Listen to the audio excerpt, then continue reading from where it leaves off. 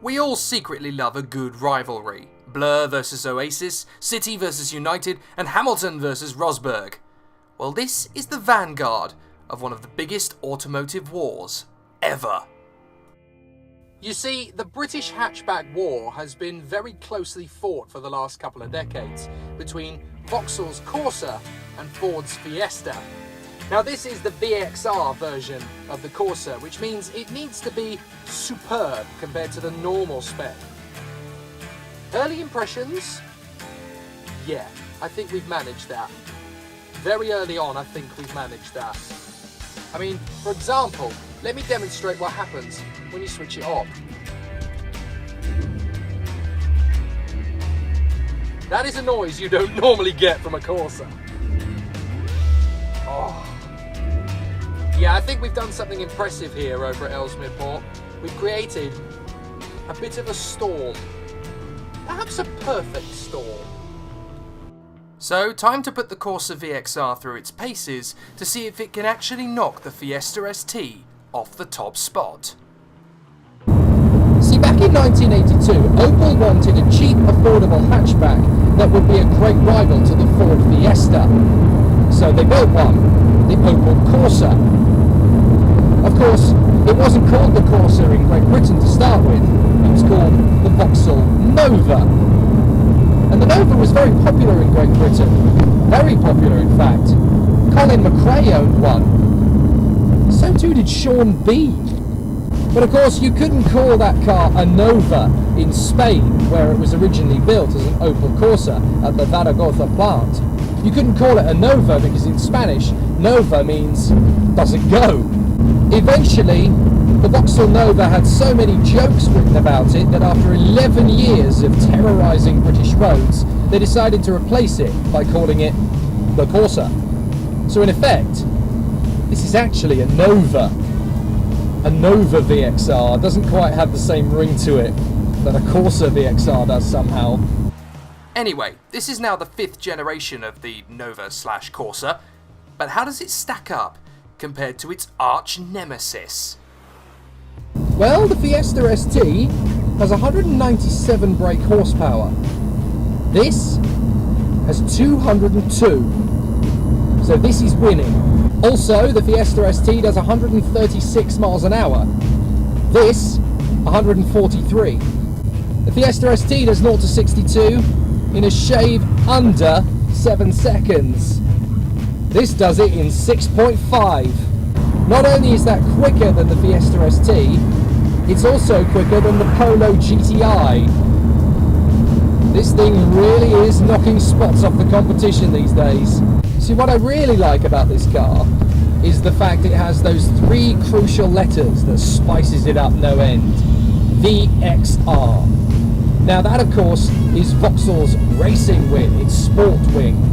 It's been around on the roads since 2004, and everything from the Astra to the Meriva to the Insignia to the Zafira has been given the VXR treatment over the years, in a similar way to the way that Ford has done with its Mondeo, its Focus, its Fiesta, and yes, its S-Max. They've all had super sport versions of it. It's like these two are competing with each other. This is not just about creating the best hatchback, it's about getting one over on the opposition. It really is Dagenham versus Ellesmere Port. And this particular leg of the Ford-Vauxhall derby, of course, is being played in Essex. That's Ford territory. But it's so fascinating, even Flicker's come for a better look. You see, the Corsa VXR has come packing a punch, and there are plenty of reasons for the Merseyside Massive to start chanting on the terraces. This is a 1.6 litre turbocharged engine. It's a manual, which I absolutely love, because it gives you the control over all of this noise and energy and sass. But it does do 38 miles to the gallon, and its fuel tank will only take you 372 miles. But it does do this. This is not the kind of car that you would drive if you're a big fan of Mozart or Beethoven or even Billy Joel. This is for the Arctic Monkeys. Panic at the Disco crowd. If Jeremy Clarkson was 9 years old, he'd probably want one of these. Wow, this car goes like stink! But as well as all this noise and pace and power, you've also got something very practical for the young driver. Not only has it got heated seats, like a lot of other cars do, and a heated windscreen, like a lot of other cars do, this has a heated steering wheel. It's almost as if they thought, one of the problems today is that kids don't keep both their hands on the wheel. In January, they won't be able to keep them off it. It's very toasty. But I sort of get the feeling you're not really interested in that, are you? No, you care about what happens when you put your foot down. This is a proper little racing car. I could take this to Brands Hatch, Silverstone, Donington Park, and I would be in amongst the top 10 easily. I want to give this to somebody like Craig Breen or Chris Meek and throw it round a rally stage. Oh, this thing would be so spectacular in a rally cross race. You cannot be sensible and drive this car. It's just too excitable. It's like a puppy. Come on! Come on, come on, come on! But then you slow it down and it just feels like an ordinary hatchback. It's relaxing, it's quiet. It's very clever how they've done that. And you do get some luxury for the money that you pay for.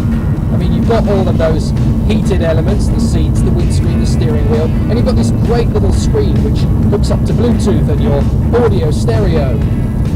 No sat-nav though, but everything else about this car is just sassy and powerful and yeehaw! It does alright. I can't really have a go at it. It's Glastonbury with wheels. This is about excitement and energy and running around screaming your head off. It is a good car. It is a really good car. And it's been a while since I had that many superlatives to give to a Vauxhall. Oh, I love the way it moves. Can I just say this again? 6.5 seconds from 0 to 62. That is very nearly Audi TT RS territory. The Vauxhall Nova has come a long way in 35 years. Well, I have to say, folks, that was worth every single second. But the big one, is it better than the Fiesta ST? Do you know, I reckon it might be. Either that, or I have to go and spend an entire day in the Fiesta ST again, because this has just thrown my entire judgment off kilter. I don't know. I really don't know. It's really, really good though. No, really good. A very impressive car. I want to go out again. And I have to say, after a few more miles and a bit more sunshine, it looks like the Vauxhall may have this nailed. This car is for the boy racer out on the pool, or the young woman who decides, you know what, I ain't going to conform to stereotypes. I have an attitude. Deal with it. This car is so rapid, and it might just be a little bit better than the Fiesta ST. So go on, Dagenham. Get back to the drawing board. Ellesmere Port have beaten you.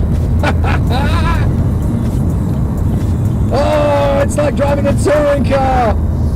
Yes! But knowing Ford, I don't think we've heard the last of this one, folks.